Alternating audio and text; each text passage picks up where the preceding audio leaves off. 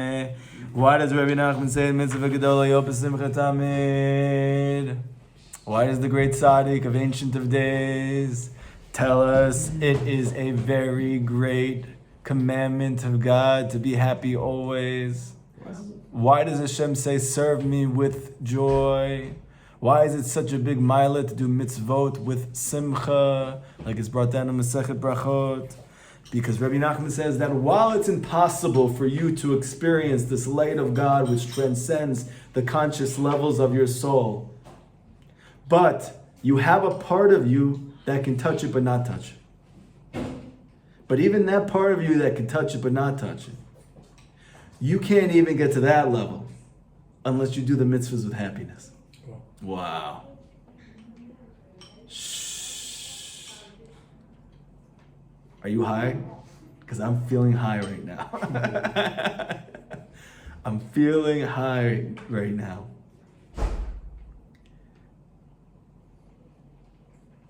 Doing mitzvot with joy.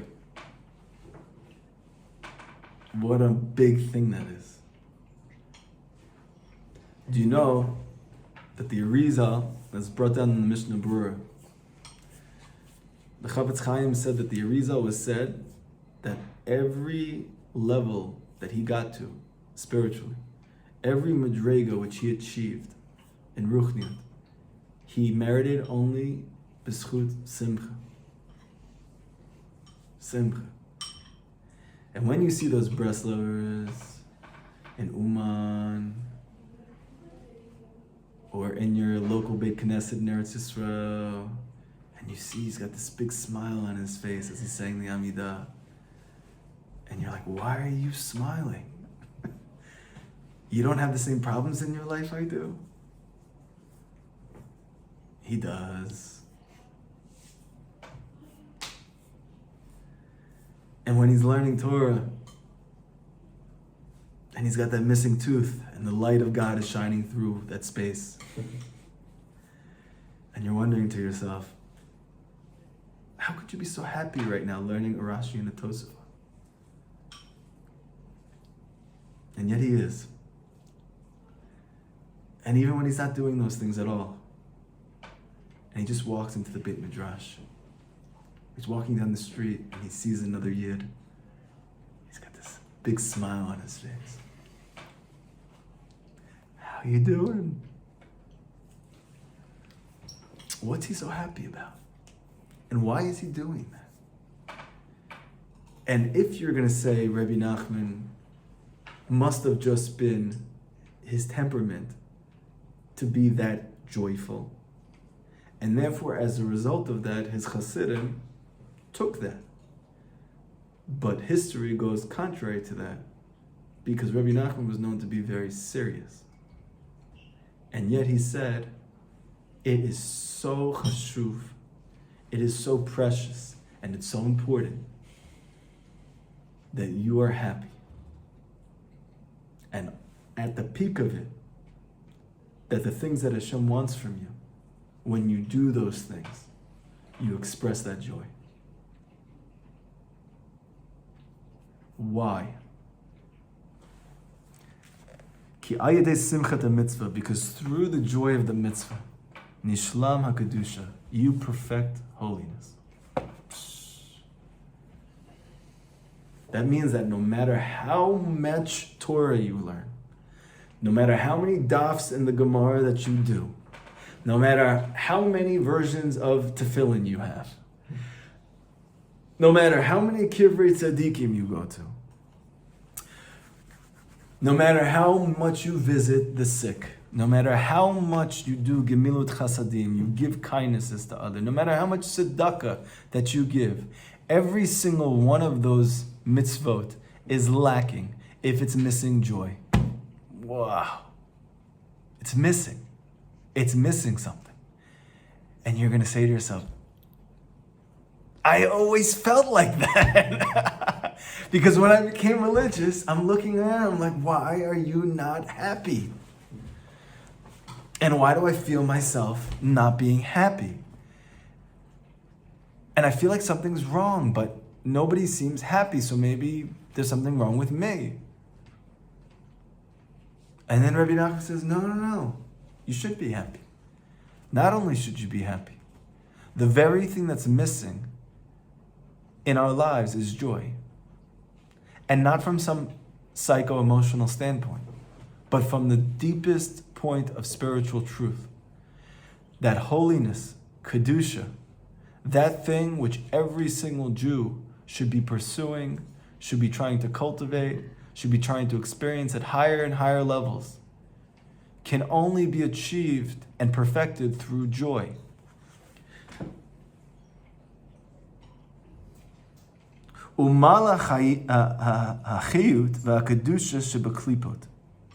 Why? Because it elevates the vitality and the holiness that is in the klipot, that is in the husks, that are in these negative spiritual forces, which are covering over, which are concealing, which are constraining and containing the light of God, like a peel of a fruit. And how do you get that life force out of there? How do you excise that siphoned godliness which is trapped in that place? Simcha, through joy. You lift it up from there. In the concept of the 11 spices of the Ketoret, which the Arizal says that these 11 spices are corresponding to the 10 forces of Kedusha, the 10 the 10 sfirot of holiness. And then you have this 11th, which is like Noga. But then on the other side, you always have this opposite this. So then you have these 10 forces of husks, these 10 forces of Tuma, and then you have this 11th, right? So in this case, why is Ketoret save lives? Why is it that when there's an impending tragedy, Sephardic communities will all gather together, all of the men in that community will come together, and they will say Ketoret together, on a cloth? Why? Because Rabbi Nachman teaches elsewhere that Ketoret is the highest level of Simcha.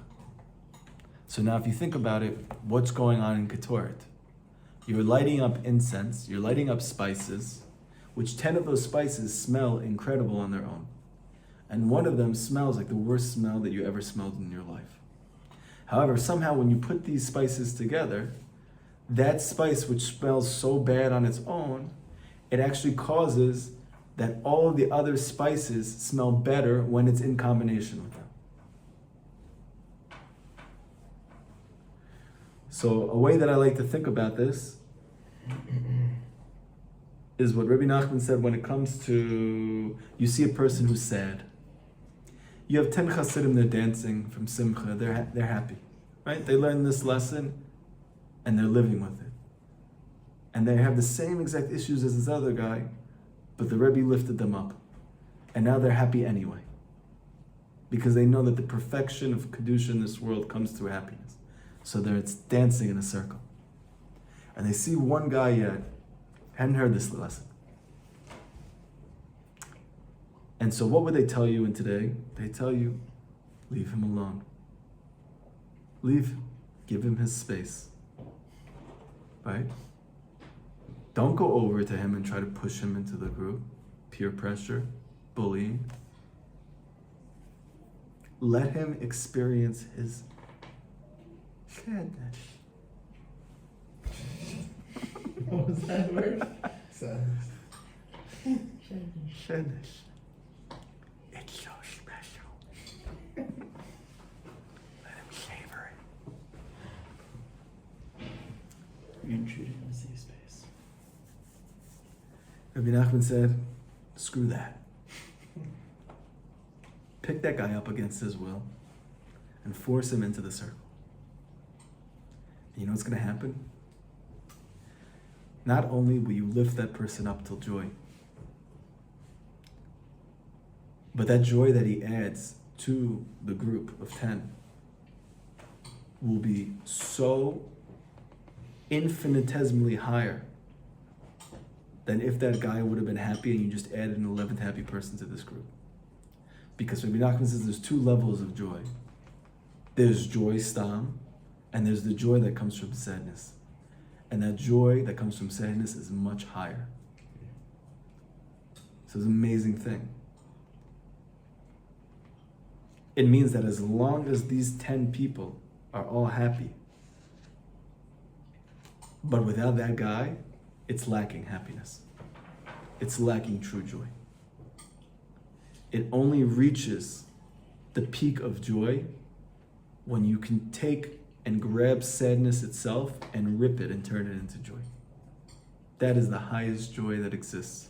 It's just even the experience of joy is just when you can break through out of, let's say, the husk of you're stuck in depression or whatever last day or week or whatever. You break through it, it's a lot stronger. Right. You're saying just like on a psychological level, the way that you experience joy is to have a joy that comes on the heels of sadness. Or if you even merit to mamish do this thing that Rabbi Nachman speaks about in Tinyan, about ripping it into joy, which Bezrat Hashem, we'll get there one day. And the 10 other spices are just like kind of like regular guys who are just happy naturally and their lives are pretty 10 good. really good smelling spices. Like good guys, don't really have too much stuff going on. But really... But they're not really fully appreciating what joy is until he gets involved. To get the weirdo. To get that one sad... Manic depressive. Yeah. Breslov into the group. And that brings joy to a whole new level. Maybe it's a Gemara, but I'm sure Chazal, Halacha, it's brought that like a minion, whether it's on a fast day especially, but also on Chodesh, if you don't have someone there who is like a Paisha Yisrael, like a negligent, maybe possibly does a bears person, then it's like the minion's not complete. So you need this to have the same as the minion, you need to have the sinners also included in that minion. Why? Why? Same idea of the Keteros. I don't know why. To give Hashem the Rechni Chayach. But I have to say, you're right on the money. Whatever that thing is, that the Gemara says this crazy thing, that if you don't pray with people who are disconnected from God, then your minion is lacking. כל מניין שאין בו מפושע ישראל, and תפילתו נשמעת or something like that. Luckily for you, none of us have ever learned Gemara before, so we can assume that you know what you're talking about, even though, so you're hanging out with the right types of people. I know that why you stopped going to yeshiva and you start hanging out with us, because you can just like rattle things off and nobody's gonna question, challenge. You cannot fake it, just get some code out of it. That's what it's all about. By the way, I mean, I heard this. I heard this amazing interview. This like 93-year-old woman who did tshuva in her 90s. You heard about it? You saw this? That's crazy. That was it. Living L'chaim, that podcast, whatever. Said 90-year-old woman starts becoming religious in her 90s. It's totally secular for 90 years, and she starts doing tshuva in her 90s, and now she's 93 years old. And the whole interview is speaking to her like, how do you even like? How does that happen at 90 years old? Like we hear it's never too late, but it's like, okay, yeah, but like at some point it's probably too late, Maybe not like, maybe not eternally, but like just in terms of your life, like what's gonna happen at 90? You're gonna be like, I want to keep Shabbos, I want to start eating kosher now, I want to move into a Jewish community. But this happened to her. And she starts to talk about how much she loves being religious, how much she loves keeping Shabbos, how much she loves eating kosher. And by the way, when I was listening to her, I just started crying. Because it made me feel like when I read The Sophisticate and The Simpleton. Because I'm like over here spinning my wheels constantly. Trying so hard. I don't even know what I'm trying to do, but I'm just trying endlessly. And here's this person who's just like, I'm so happy I'm Jewish. It's so nice to keep Shabbos.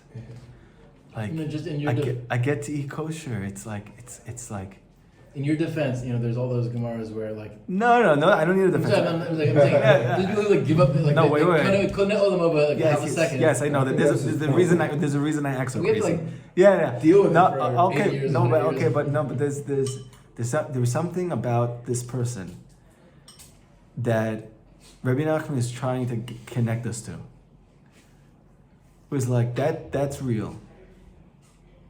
Like that happiness that person has, that nacha that person gives God, is real, and that's always in us, and that like, yeah. And this is like when Rabbi Nachman says to Rav Natan, like, man, it would be so nice if you were happy, or it would be such a favor to the world if you could just be happy.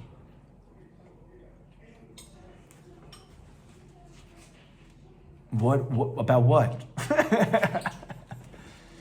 Whatever this 93-year-old woman is happy about, which is what we all have, and for some reason just doesn't do it for us, but it does it for her. And I'm listening there, I just broke down crying, and I'm like, I'm feeling like Rav Natan, like right before he dies, and like he's crying hysterically, and they said, Because she's like very old and very young. At the same what are you crying about? Like you, if anybody did it, you did it. Like you really did it. I mean, whatever Rabbi Nachman wanted, like you actually did it. You didn't even see doctors after he said not to go see them, and like, that's crazy. And you didn't do it. And you told your family members when they were like incredible pain, and their teeth is throbbing from pain. And your response was, no doctors, and by the way, no doctors. And when your wife passed away, and Rosh Hashanah was coming up, and you had to decide, am I going to go to Uman this year for Rosh Hashanah? Or am I going to go to my wife's funeral?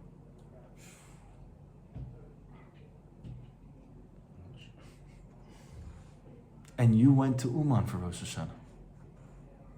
Because your Rebbe said nobody should be absent. And they're looking at him crying right before he dies. They said, what are you crying about? What are you crying about? And he said, you think I'm crying because I didn't take advantage of the time that I had? I took advantage of every single moment. But I'm not sure I ever achieved the simplicity my Rebbe wanted from it. I don't think I ever got there.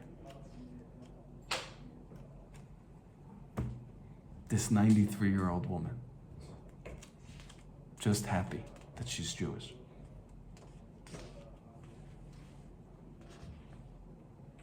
And you're gonna say, why would that torment him so much before he dies? It's like, okay, so you didn't in your mind, you didn't get to one level of what Rabbi Nachman was speaking about. What about all the other things? And the answer is that Rabbi Nachman says simplicity is higher than everything. So for Rav Natan, if he didn't get to simplicity, I missed it all. I didn't get it.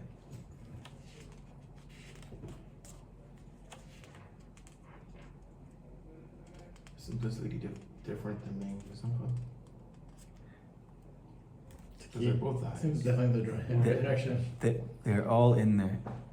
But Rabbi Nachman said, very simply, you need nothing else beside simplicity and innocence in your service of God.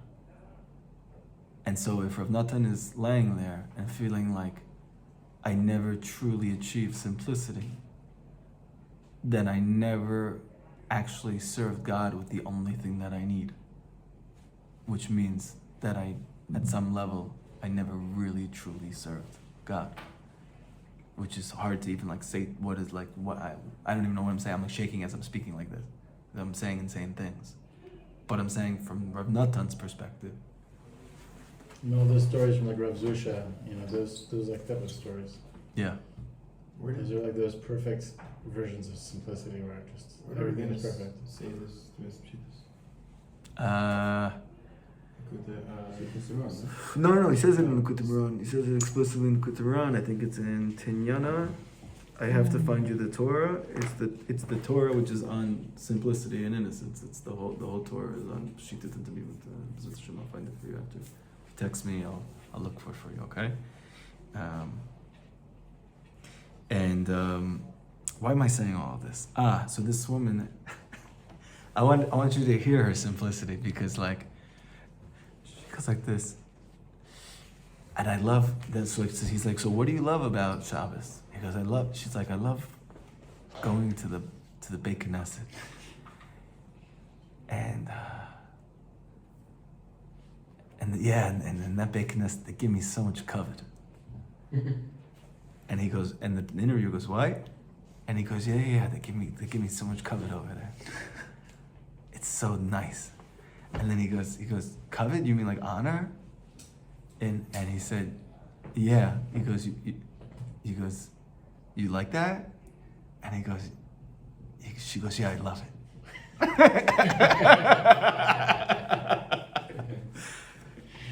They give me so much kavod over there. I just love it. Is it English or Hebrew? English. She just had to throw in some Jewish. And even though this goes in the face of everything that Chazal said, it doesn't matter. It doesn't matter because the simplicity was on such a level. The earnestness, the innocence, the authenticity.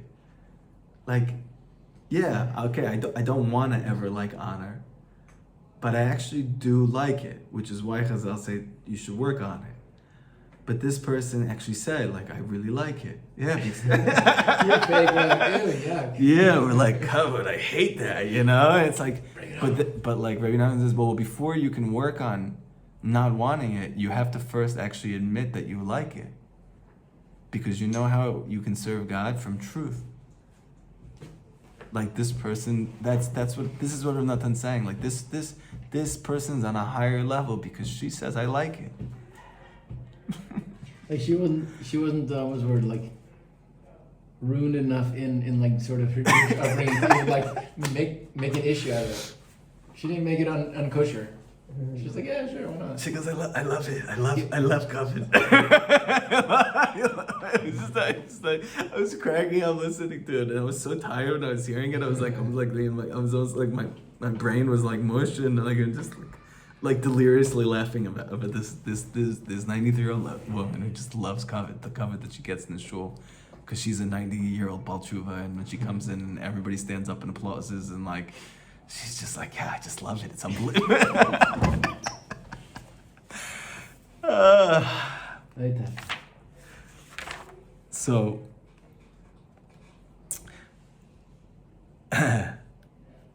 we'll end on this point here. And that is like this.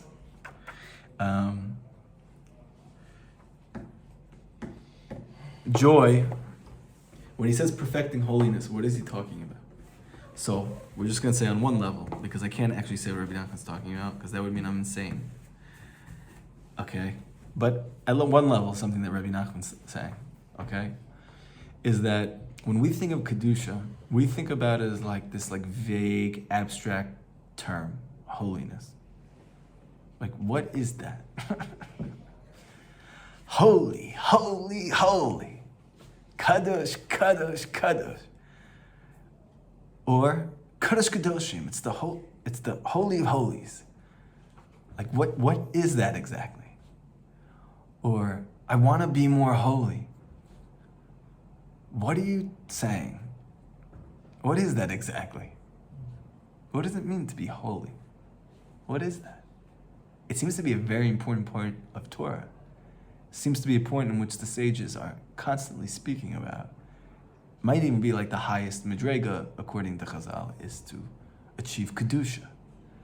But what does it mean to be holy? What is that?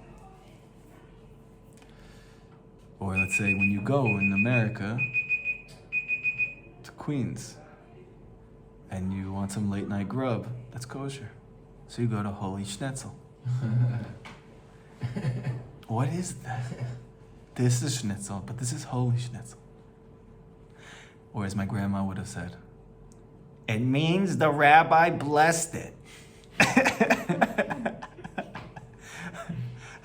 And by the way, just as a side note, before my grandmother passed away, and this is not what caused it, her neshama should have an aliyah, but my parents, every summer, they would rent a home in upstate New York.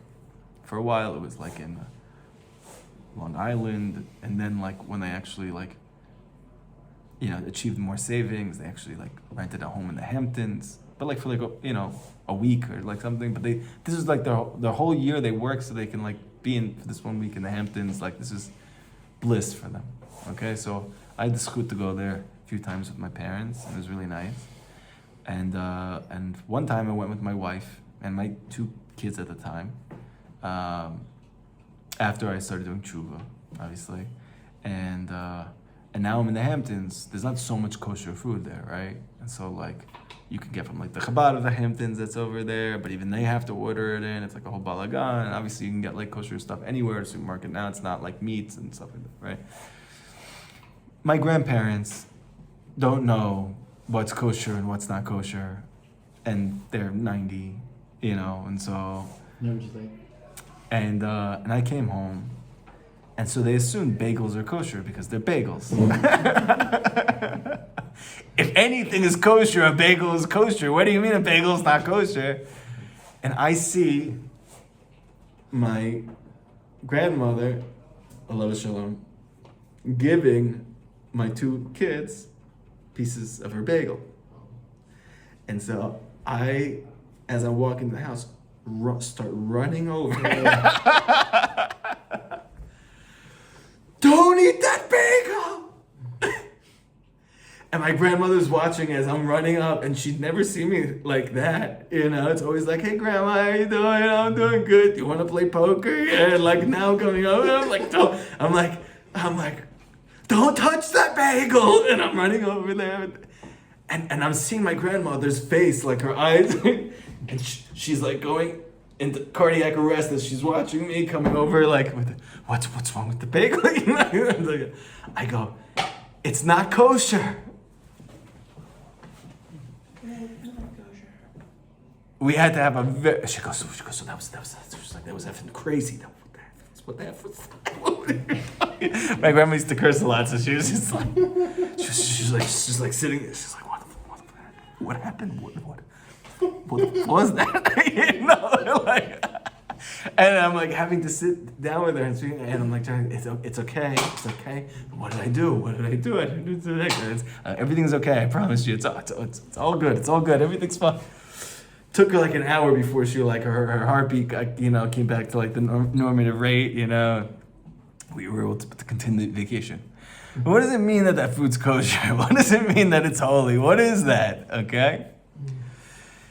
Okay, so we go back to the fact that Hashem, when He created the world, He shone His light into these vessels, and those vessels broke, and that light descended down into these lower nether worlds, which is called Olam Hazeh, this inhabitants that we experience on a daily basis that is our life. Very nice. Wonderful. I can't wait to wake up tomorrow to this broken lower nether world, which is not some type of sci-fi book, but that's actually my life apparently. And that makes sense now based on my experiences on a daily basis, okay? This does feel like the nether world. Rabbi Nachman actually said, yeah, this is not a world at all. This is Gehenna. Okay, beautiful. Very nice. So now we're in these nether worlds, and why has Hashem sent us here? To pick up these sparks of godliness that fell here. They're trapped here. And He sent you down to this world to pick up these sparks. What are those sparks called? Kedusha. Holiness. Holiness. So when Rabbi Nachman is speaking about Kedusha is not perfected without joy, it's only perfect when there's joy, what is he talking about? He means that these sparks of godliness cannot be perfected, meaning they can't be raised from the husks, from the netherworlds, from the peel, unless there's joy. And then all of the sparks are elevated. And this is the reason why the Yisrael teaches that in every generation, there are new sparks that have never yet been raised, which are raised by the Jewish people in that generation. And the more the generations go, the further down we go into these klipos to lift up those sparks. And in every generation, we are lifting them up. Liat liat, slowly, slowly, slowly, until the Yisrael says when the Mashiach comes and he lifts up the whole thing. Now, how does Rabbi Nachman say that we achieve Geula, we achieve redemption? Through happiness, through simcha, through joy they will go out, through joy they went out. We think of it like slaves. Why couldn't they have told me that about Jews to go like 25 years ago? Because you didn't go to the Breslov Yeshiva, which is opening Bezrat Hashem in a few weeks. And hopefully we're going to be speaking a lot about this. Okay? This is why it's so important. So important. So we can save these kids' lives so they don't have to be traumatized like us at the table every single week trying to hammer this into our head. You're not bad. You're good. It's okay to be happy. It's good to be happy. It's actually the greatest thing to be happy. The highest level of holiness is to be happy.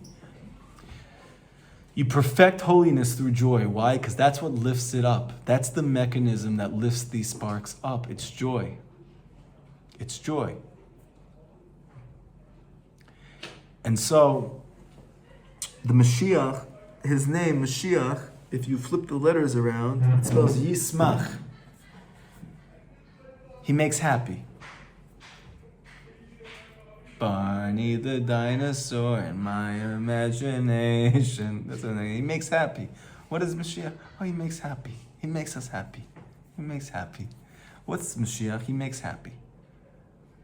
That's what he does. He makes happy.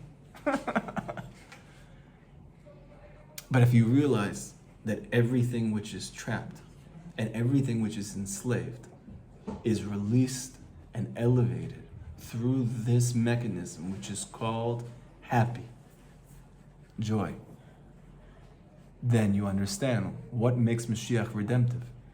What does it mean to be redeemed? It means that you are captured and you cannot free yourself.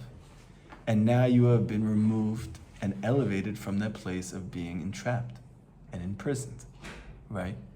Now, when you think about it on that level, so someone has to come, open up the key. Who opens it up for you? Simcha. Simcha. So Mashiach comes and he makes us happy, and then we go out. Now, that on one level, we go out, meaning we go out of exile as a people, but on another level, what does it mean they go out? They go out with joy, meaning the sparks of godliness, meaning Kedusha. Kedusha is released from these places of entrapment through joy. So when you do the mitzvah with joy, you lift up the spark of godliness that's in that place. I don't mean to be the nerdy Bald Shiva Yeki guy. Go ahead. Oh no. You still gotta do the mitzvah correctly. You know, like, I mean, the halacha. You still gotta do the halacha. Why are you even saying that? Like, meaning, you have to like overly focus on the simcha. It's the part where you. Yeah, because you don't do the halacha, kaifer. So one. You can't lose the. One second. Sorry for. No. This reminds me of like that movie with Matt Damon and Robin Williams, where Robin Williams is like, "It's not your fault. It's not your fault," and then Matt Damon's like, "Why are you saying that?" And he goes, "It's not your fault." And he takes him to hug him, and he goes, "It's not." He goes, "Why do you keep saying that?" And 5 seconds later, Matt Damon is crying like a baby, sobbing.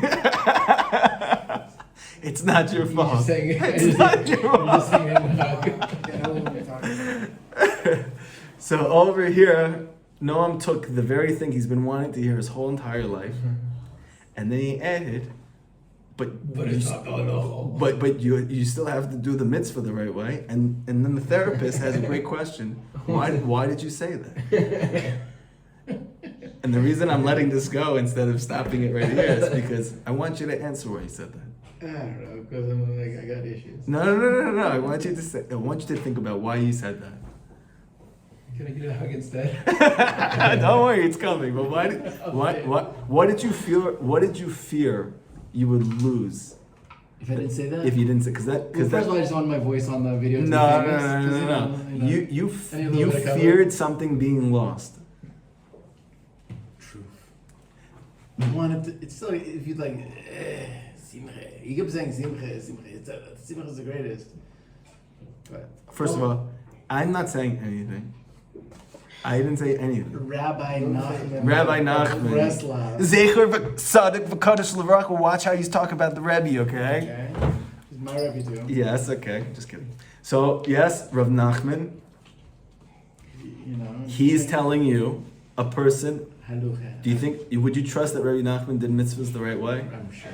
Would you imagine that Rabbi Nachman had a high level of serving God? Like Allah and Shulchan Aruch and all that stuff. I just had to say it because Simcha sucks. It's hard to do, and I don't want to do it. And so I want me happy, and I don't like being and so I want to say something. Maybe part of the reason why it's hard is because it's important. Is because you feel the need to say yeah but. Yeah but. And whatever is that thing that's causing you to say yeah but, maybe that's also the reason why it's hard for you to do the mitzvah with happiness. Damn right. And you have to look at where's the yeah but coming from. Where's that yeah but coming from? I don't want that yeah but in my life. I hate yeah but. Yeah. I hate you yeah but. Get out of here. I don't like you. You're ruining my life, your yeah but. I loved everything. I just went from the or Ein Sof to the touching and not touching. And then I crushed everything. And like you're sitting there writing notes like a fiend, all the mechanisms and all that, and like you I see you beaming from joy, and you have to add like yeah but you gotta actually do the mitzvahs, right? You didn't mention that. So did we say you do the mitzvahs with simcha? Is that what we said? Yes. That's what So when Rabbi Nachman said you did the mitzvahs with simcha, you think he meant you did the mitzvahs, but you didn't really do the mitzvahs, and you were happy when you did it? Or when you think that Rabbi Nachman said you did the mitzvahs, meaning you did the mitzvah properly? No, but it's like, yeah, but you weren't with Simcha. What? You did the mitzvahs, but yeah, but you weren't with Simcha.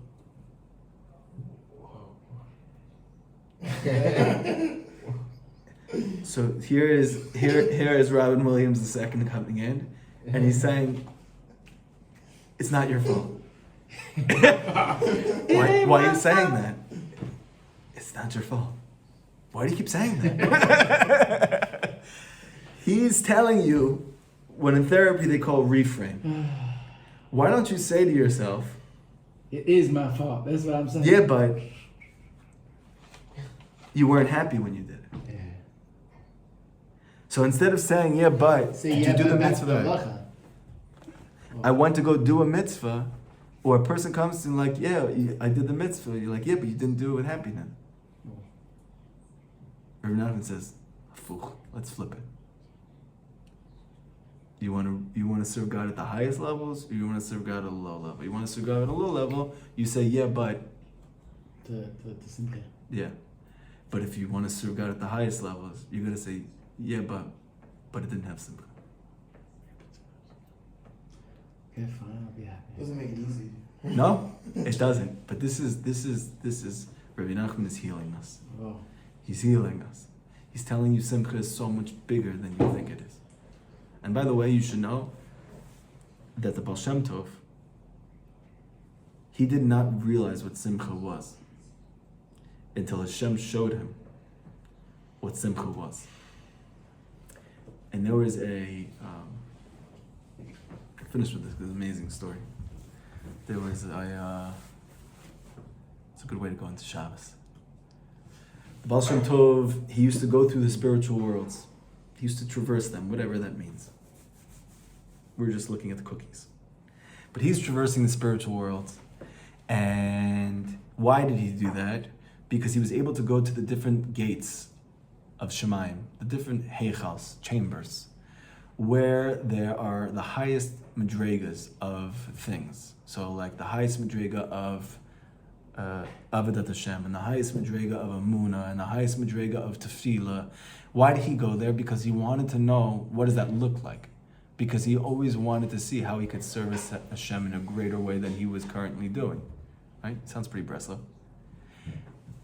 And all of a sudden, he goes to the chamber of Shabbos.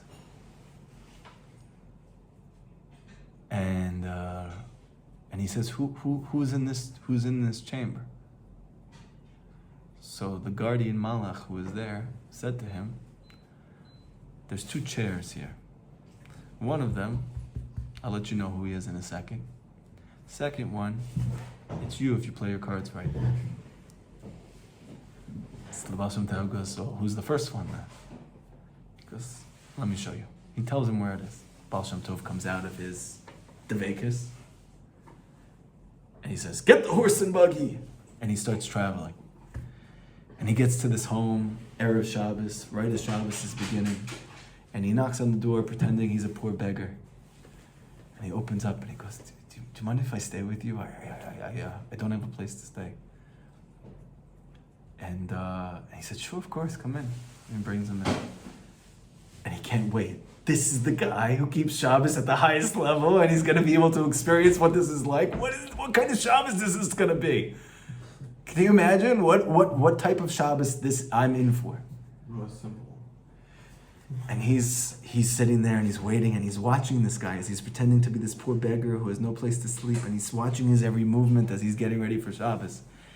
He goes, this guy's so interesting. He's like, he doesn't look nervous at all. He doesn't look worried at all. He's like, he doesn't seem in a hurry. What tremendous yeshiv das this guy has. Tranquility of mind. As he's getting ready for Shabbos, he's not sweating at all. He's not cooking anything. He's not cleaning. And all of a sudden he sees it's Shkia. He's not leaving to go pray anywhere. So far, this guy sounds like me. I'm just saying. And now, and he's like, because maybe doesn't daven with the minyan because he davens at such a high level, he can't be with them. He doesn't know what's going on right now. It's Tzeta Kochavim. But he sees he's not praying either. He doesn't even look like he's moving to do that. All of a sudden he looks at the table and there's no Shabbos cloth and there's no candles that were lit, and he goes,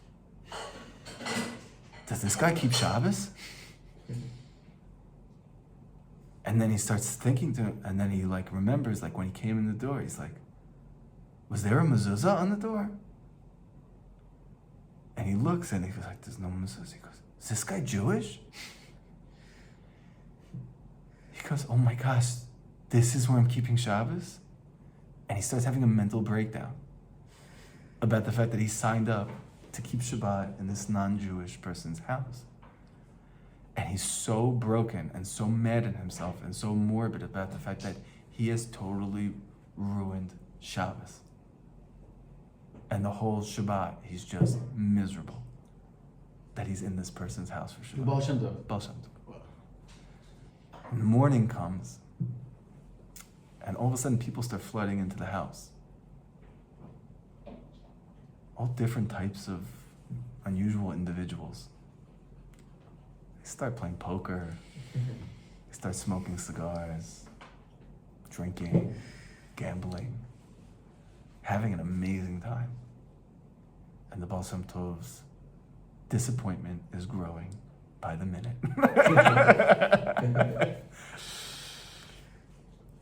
And he's just watching as this gigantic house party is taking place at this non-Jewish person's house that he has signed himself up to be there for Shabbos, in which case he's not keeping any of the mitzvahs of Shabbos, and he's not davening, and he's not doing nothing.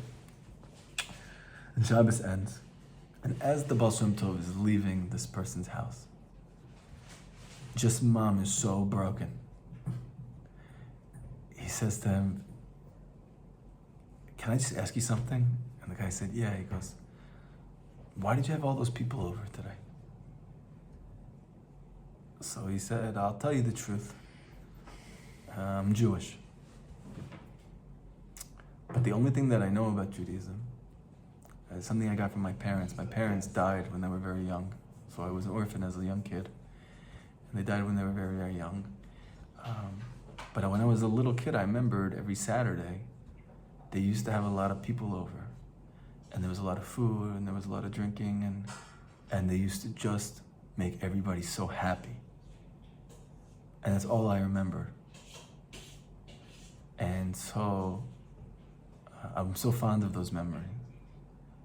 And so, for me to be able to like feel Jewish, every Saturday I have people come over my house, whoever wants to, and I give them drink and I give them food, and I try to make them as happy as possible. And the Baal Shem Tov was like, oh my gosh. And then he goes, and he wanted to tell him. He actually wanted to, like he was trying to tell him, oh my gosh, you're such a holy Yid, like, I'll tell you how to keep Shabbos. And he wanted to tell him, like, how to get kosher food, because this guy would have loved to kept Shabbos, because that's the reason why he's doing this, because he wants to connect to this part of him that's Jewish. That's why he's doing this. It wasn't like, oh, if I know that, then I'm not gonna go there. It was like, no, that's what I know that it is. And so he so desperately wants to tell him, but as he's trying to speak to him, his tongue is stuck. And he can't get the words out. And he can't say anything he wants to say. Not because the guy's stopping him, but because from heaven, they're not allowing him to. And so he leaves. And he goes, Hashem, why did you bring me there? And why didn't you let me tell him? And he realized, because if he would have told him what it would take to get kosher food for Shabbos, because of where he lives and the community that he lives in, it would be so difficult that it would take all the simcha away from his Shabbos. And Hashem gets more nachas from this Jew's Shabbos than anybody living in the world at the time.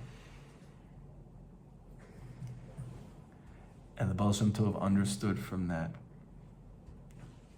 how simcha is a much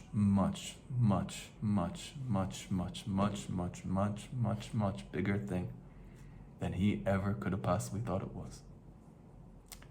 And from there, simcha became a pillar of Chassidus. From there, not before. Everybody have a good Shabbos. Yeah.